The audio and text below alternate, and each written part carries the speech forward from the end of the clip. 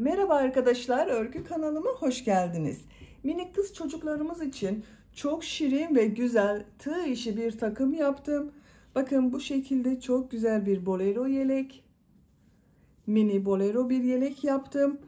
Buna takım olarak yine tığ işi çok güzel çiçeklerle süslediğim bir etek yaptım.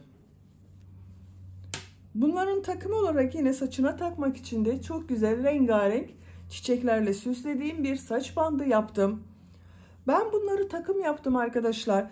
Bu saç bandının ve bolero yeleğin anlatımlarını yaptım. YouTube kanalıma yükledim.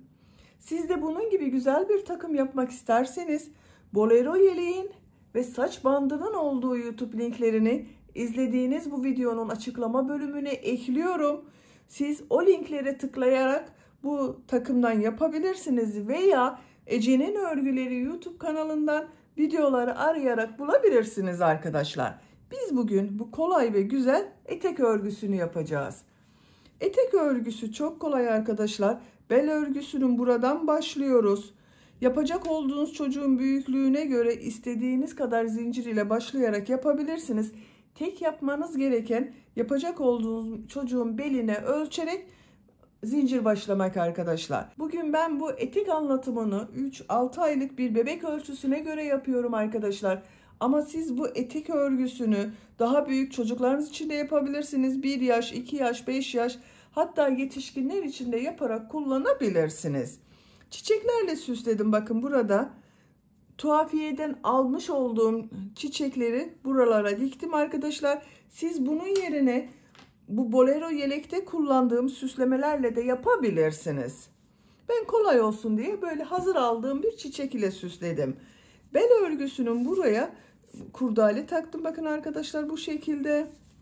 Siz bunu takmadan sade olarak kullanabilirsiniz. Yine ip kordon hazırlayarak kullanabilirsiniz. Düğmeli yaptım bakın arkadan bu şekilde. Bebeğe giydirip çıkarması kolay.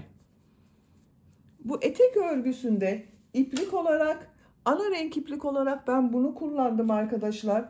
Kullandığım iplik üzerinde 100 gram iplikte 320 metre var. Bir yumak iplik kullandım. Bakın bu kaldı bir yumak iplikten. Beyaz renk iplik olarak da bunu kullandım. Çok az kullandım bunda arkadaşlar. Ama bolero ile takım yapmak isterseniz bir yumak ipliğe ihtiyacınız var. Bir yumak renkli iplik, bir yumak da beyaz iplik olduğu zaman bir takım yapabilirsiniz. Etek örgüsünde tığ olarak 5 numara 3 milimetre tığ kullandım arkadaşlar. Benim elim çok sıkı değil. Yaptığım örgü bakın yumuşak oluyor. Sizin eliniz sıkıysa örgü hem sert olur hem de yaptığınız ölçü benim yaptığım ölçüden küçük olur.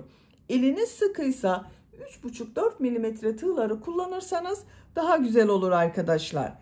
İpliği tığ hazırlayalım. Hep birlikte bu güzel etek örgüsüne başlayalım. Örgü kanalıma abone değilseniz abone olmayı unutmayın lütfen. Örgü kanalıma abone olmak ücretsiz. Örgü kanalıma ücretsiz abone olup orada bulunan zil şeklini dokunarak açık yaparsanız kanalıma video yüklediğim zaman ilk önce size bildirim gelir. Örgülerimden herkesten önce sizin haberiniz olur. İzlediğiniz videolarıma beğeni ve yorumlarınızı yaparsanız çok sevinirim arkadaşlar. Örgü kanalıma ücretsiz abone olup beğeni ve yorumlarını da yaparak destek olan bütün arkadaşlara ayrıca teşekkür ederim. Hepinize kolay gelsin. İyi çalışmalar.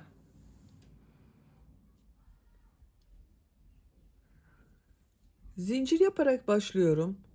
İlk ilmeği ben bu şekilde yapıyorum.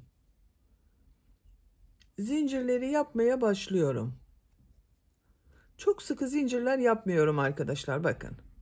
80 zincir yapalım. 80 zincir yaptım arkadaşlar. Bakın çok sıkı zincirler yapmadım. Bu 80 zincirin kaç santimetre olduğunu ölçüyorum.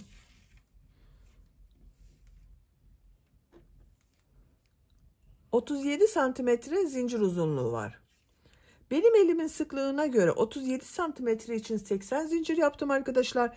Sizin elinizin sıklığına göre bu 37 santimetre için daha fazla sayıda zincir yapmanız gerekebilir. 3 zincirde dönüş için yapıyorum. 1, 2, 3. Tığ üzerine iplik alıyorum. 3 ilmek atlıyorum. 1, 2, 3. Dördüncü ilmek içine trabzan yapıyorum. Bu ilmekler üzerine trabzan yapıyorum bakın bu sırada. Her ilmek üzerine bir trabzan yapıyorum.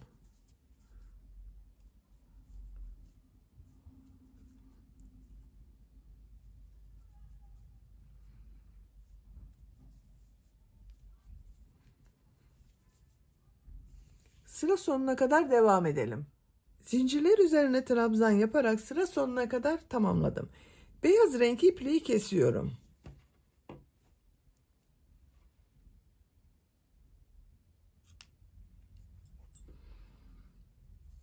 İlmek içinden çekiyorum. Bakın arkadaşlar, bu şekilde oldu. Bu ölçü yapacak olduğunuz bebeğin, çocuğun beline göre daha az veya daha çok olabilir arkadaşlar. Burada çocuğun beline ölçün. Eğer dar geliyorsa tekrar zincir yaparak fazla sayıda başlayın. Geniş geliyorsa da bir iki ilmek eksik başlayabilirsiniz. Bakın, çocuğun beline göre olacak burası. Her yaş çocuklar için yapabilirsiniz.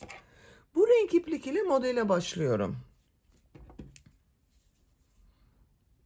Bakın, sıra başında 3 ilmek atlayarak yaptığım bir trabzan var. Bunun son ilmek üzerine şu şekilde ilmek yapıyorum.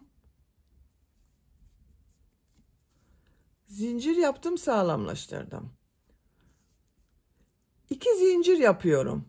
Bakın, bu bir zincirle sağlamlaştırdım. 3 zincir oldu. Tığ üzerine iplik alıyorum. Bu bir ilmeği atlıyorum bakın. İkinci ilmek içine 2 trabzan, 2 zincir, 2 trabzan yapıyorum. İplik ucunu da içinde tutuyorum.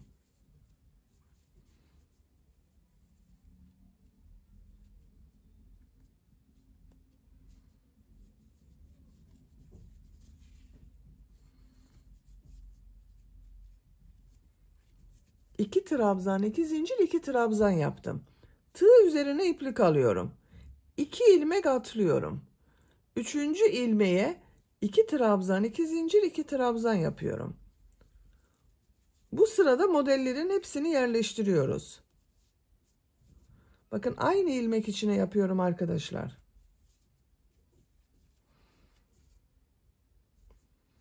Tığ üzerine iplik alıyorum. 2 ilmek atlıyorum. Üçüncü ilmeğe 2 trabzan, 2 zincir, 2 trabzan yapıyorum.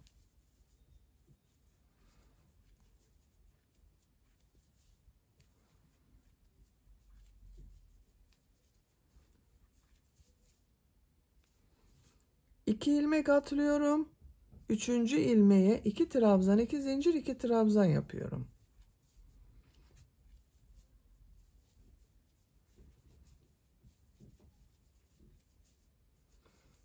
Bakın, bu şekilde oluyor. Sıra sonuna kadar devam edelim. Modelleri sıra sonuna kadar yaptım.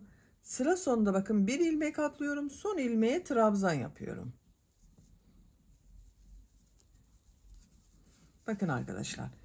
Bu ilk sırada modelleri yerleştirdik. Kaç model yaptığımı sayıyorum. 2, 4, 6, 8, 10, 12, 14, 16, 18, 20, 22, 24, 26 model var. Sizin 25 model olabilir, 27 model olabilir, fark etmez arkadaşlar. Bakın, görüntüsü böyle. Bu sırada bu iki bölümü birleştiriyorum bakın.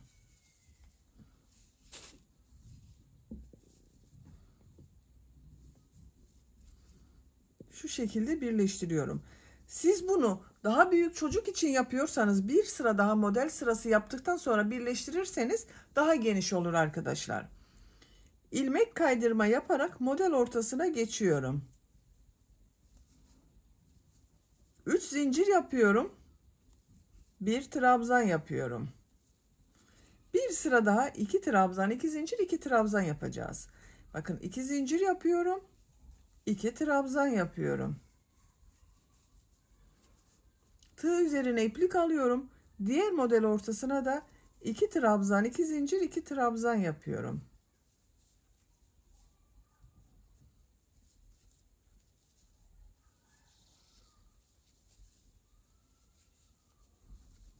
Bakın, bu şekilde. Diğer model ortasına da aynı şekilde 2 trabzan, 2 zincir, 2 trabzan yaparak devam ediyoruz. Sıra sonuna kadar devam edelim. İkinci model sırasını sıra sonuna kadar tamamladım bakın arkadaşlar. Bu son modele de yine 2 trabzan, 2 zincir, 2 trabzan yaptım. İlk yaptığım bu model ile ilmek kaydırma yaparak birleştiriyorum. Sıra başında bakın 3 zincir yaparak bir trabzan yaptım. Bunun 3. zincir üzerine tığ takıyorum. İlmek aldım, ilmek kaydırma yapıyorum. Bakın sırayı birleştirdim. 3. model sırasındayım. İlmek kaydırma yaparak model ortasına geçiyorum bakın. Model ortasındayım. 3 zincir yapıyorum. 1 trabzan yapıyorum. 2 zincir yapıyorum. 2 trabzan yapıyorum.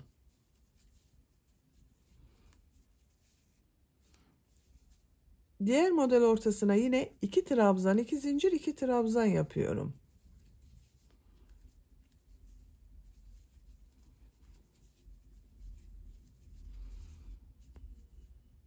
Sıra sonuna kadar devam edelim. Sıra sonuna kadar tamamladım. Son modeli ilk yaptığım model ile ilmek kaydırma yaparak birleştiriyorum.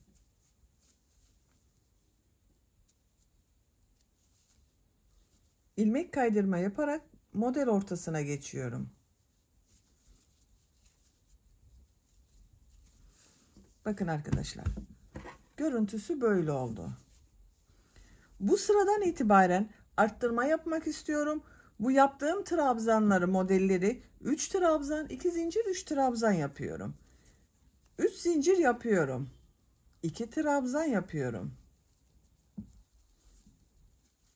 Bu yaptığım 3 zincirle birlikte bakın 3 trabzan oldu. 2 zincir yapıyorum. 3 trabzan yapıyorum.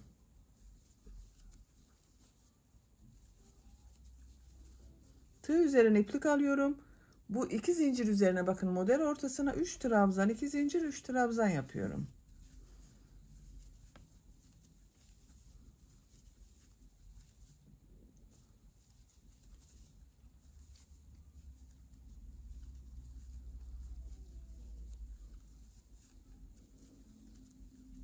Üç trabzan, 2 zincir, 3 trabzan yaptım. Buraya da 3 trabzan, 2 zincir, 3 trabzan yapıyorum.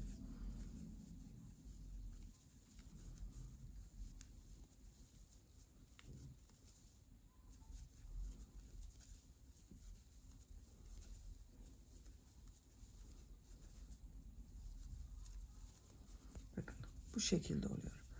Sıra sonuna kadar 3 trabzan, 2 zincir, 3 trabzan yapalım. İlmek kaydırma yaparak sırayı birleştirelim. Bir sonraki sırada yine 3 trabzan, 2 zincir, 3 trabzan model yapacağız. Örgü bu şekilde devam edecek arkadaşlar. 3 trabzan, 2 zincir, 3 trabzan şeklinde modeller yaparak bu etek yüksekliğini tercihinize ve yapacak olduğunuz bebeğin, çocuğun büyüklüğüne göre tamamlayalım. 12 model sırası olarak yaptım. Sayıyorum: 1, 2, 3, 4, 5, 6, 7, 8, 9, 10, 11, 12. Santimetre olarak ölçüyorum.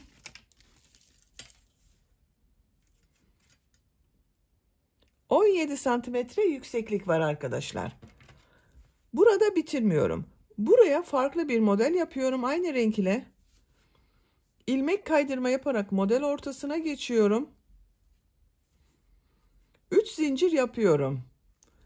2 trabzan yapıyorum.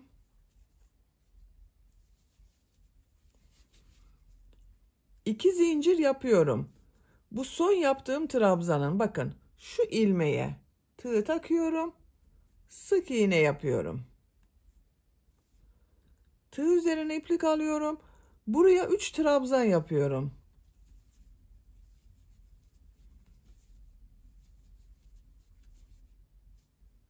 Tığ üzerine iplik alıyorum. Diğer model ortasına 3 trabzan yapıyorum.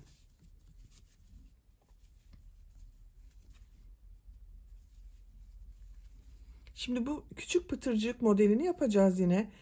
2 zincir yapıyorum. Bakın son yaptığım bu trabzanı, bakın şurada ilmek var.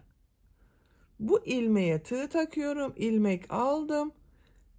iplik alıyorum. İkisini içinden çekiyorum. Bakın minik model yapıyorum. 3 trabzan yapıyorum.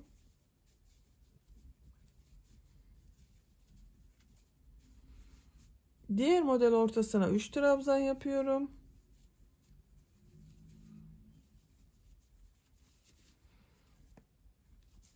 İki zincir yapıyorum. Model yapıyorum bakın buraya. 3 trabzan yapıyorum.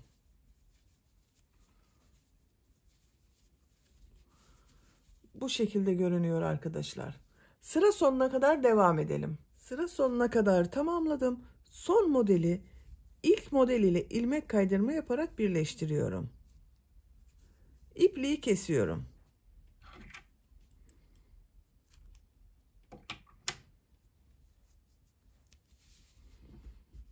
Bakın arkadaşlar, etek ucu bu şekilde oldu. Şimdi beyaz renkli iplik ile burada yaptığım modellerden yapacağız. Bakın, beyaz renkli iplik kullanıyorum.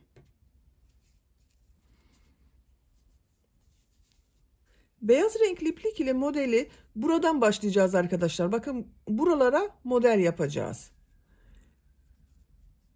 Bir ilmek yapıyorum. Bakın şu şekilde geriye çevirdim. Buraya ilmek yaptım. 3 zincir yapıyorum. 2 trabzan yapıyorum.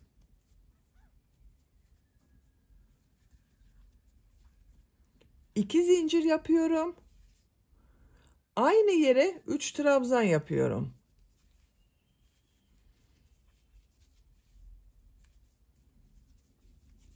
Bakın. Bu başta yaptığım 3 zincir de 1 trabzan, 3 trabzan, 2 zincir, 3 trabzan oldu. Görüntüsü böyle bakın arkadaşlar. 2 model ortasına yaptım bu beyaz renkli modeli. Tığ üzerine iplik alıyorum. Bu 2 model ortasındaki bu boşluğa yine 3 trabzan, 2 zincir, 3 trabzan yapıyorum.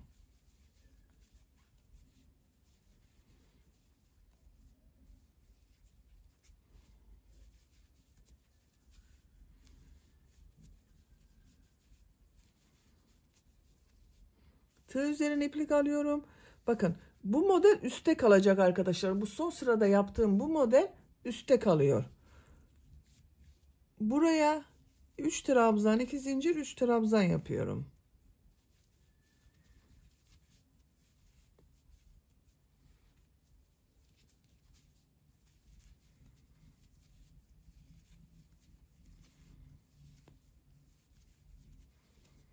Bakın. Buradan görüntüsü böyle. Diğer taraftan görüntüsü böyle. Düz tarafı burası oluyor bakın. Sıra sonuna kadar devam edelim. Sıra sonuna kadar modelleri yaptım. Son modeli ilk model ile ilmek kaydırma yaparak birleştiriyorum.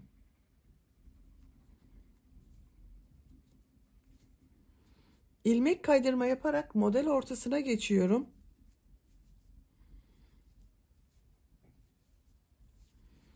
Üç zincir yapıyorum.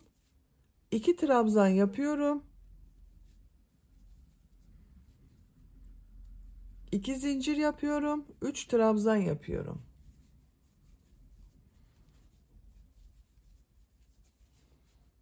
Model ortasına 3 trabzan, 2 zincir, 3 trabzan yapıyorum.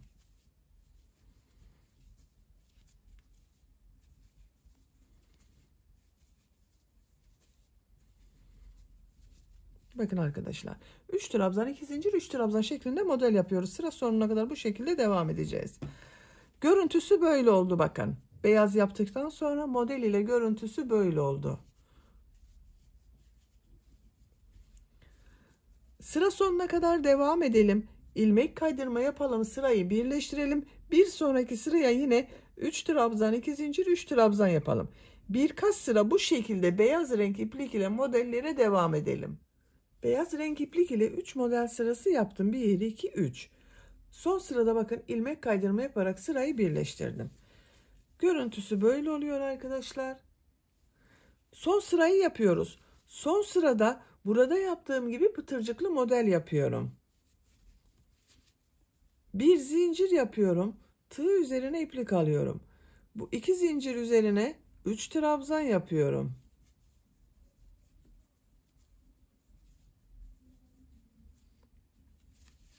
İki zincir yapıyorum. Bakın pıtırcık modeli yapıyorum. Bu ilmeğe tığ taktım. Pıtırcık modeli yaptım. 3 trabzan yapıyorum.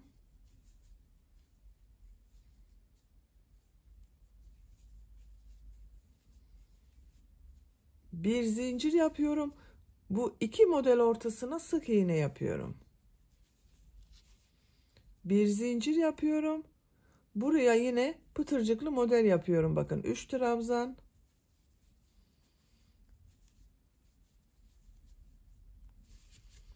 İki zincir yapıyorum.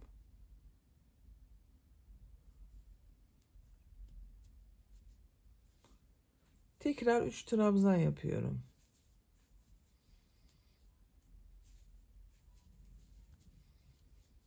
Bir zincir yapıyorum. İki model ortasına sık iğne yapıyorum. Bir zincir yapıyorum. Diğer model ortasına yine model yapıyoruz arkadaşlar. Bakın görüntüsü böyle oluyor. Sıra sonuna kadar devam edelim. Sıra sonuna kadar modelleri yaptım. Bir zincir yapıyorum. Burada yaptığım ilmek ile ilmek kaydırma yaparak sırayı birleştiriyorum. İpliği kesiyorum. Ben ipliği kestim arkadaşlar. İlmek içinden çekiyorum. Bakın bu şekilde çok güzel oldu model.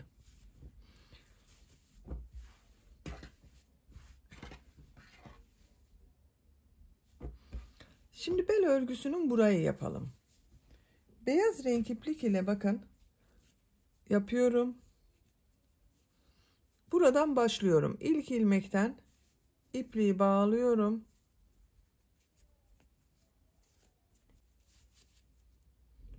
Bu ilk ilmekten bir ilmek yapıyorum. Bu sırada bakın etek örgüsüne başlarken burada trabzan sırası yapmıştım. Bu trabzanları bir düz bir ters boşluktan alarak trabzan yapacağız. 3 zincir yapıyorum. Tığ üzerine iplik alıyorum. Bakın bu ikinci trabzanı ters taraftan boşluktan alıyorum. Trabzan yapıyorum. Düz taraftan boşluktan alıyorum. Trabzan yapıyorum. Bir düz bir ters boşluktan alarak trabzan yapıyoruz.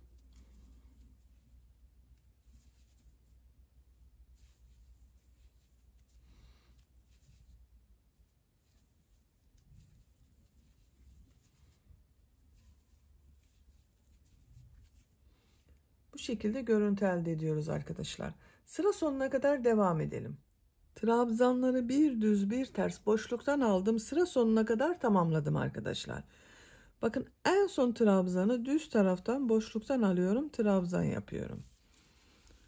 Görüntüsü bu şekilde oldu. Bakın kabarık bir görüntü elde ettik. Bu sırada bu yaptığım trabzanları nasıl görüyorsam o yönde boşluktan alarak trabzan yapıyorum. 3 zincir yapıyorum. Örgüyü çeviriyorum. Düz tarafta görüyorum. Düz taraftan boşluktan alıyorum. Trabzan yapıyorum. Ters tarafta görünüyor. Ters taraftan boşluktan alıyorum. Trabzan yapıyorum.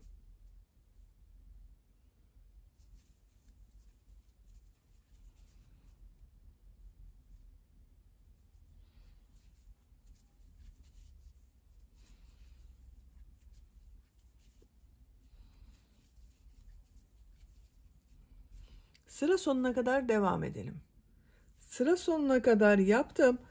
Şimdi buraya düğme iliği yapmak istiyorum arkadaşlar ben. Bakın en son trabzanı yaptım. Trabzanın boşluğa bir sık iğne yapıyorum. Düğme iliği yapıyorum. 1, 2, 3, 4, 5, 6, 7 zincir yapıyorum. Aynı ilmeğe sık iğne yapıyorum.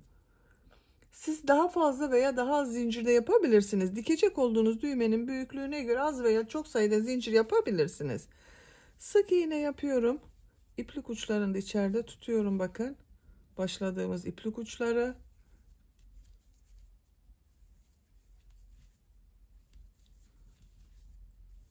Burada bitiriyorum arkadaşlar. İpliği kesiyorum.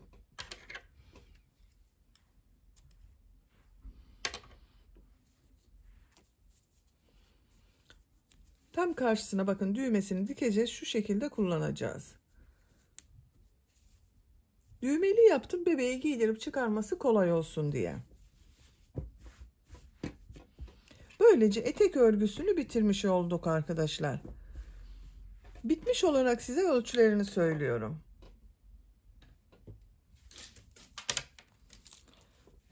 Bel örgüsünün buradan gövde genişliğini ölçüyorum. 22 santimetre. Etek yüksekliğini ölçüyorum. 23 santimetre. 3 aylık bebek için güzel bir ölçü oldu arkadaşlar. Bakın burayı bir düz bir ters yaptığımız için biraz çekti. Onun için esnek ama arkadaşlar. Bakın bebeğin beline çok rahat olur. 3 aylık bebek için yaptım ben bugün bu etek örgüsünü.